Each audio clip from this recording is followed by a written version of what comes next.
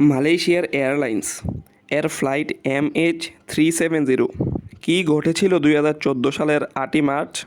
2014 সালের 8ই March Malaysian airlines এর বিমান MH370 নামক ফ্লাইটটি গুম হয়েছিল। ফ্লাইটটির যাত্রা ছিল কুয়ালালামপুর থেকে জাপানের টোকিও শহরে। বিমানটি সেদিন টেক অফ করে 257 জন যাত্রী ও 12 জন ক্রুকে নিয়ে। মালয়েশিয়ার বিমান কন্ট্রোল রুমের সাথে পাইলটের শেষ কথা হয় টেক অফ করার 1 ঘন্টা পর। হঠাৎই বেয়ালুকা থেকে নিখোঁজ হয়ে যায় বিমানটি। আশ্চর্যকর তথ্য হলো কোনো প্রকার যান্ত্রিক ত্রুটি কিংবা সতর্কবাণীও ছিল না।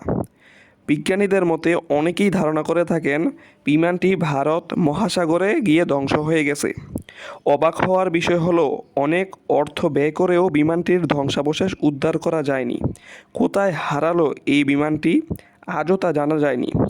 আজও এই অজানা রহস্যকেও উন্মোচন করতে পারেনি। আজ 10 বছর পূর্ণ হলো বিমানটি নিখোঁজের।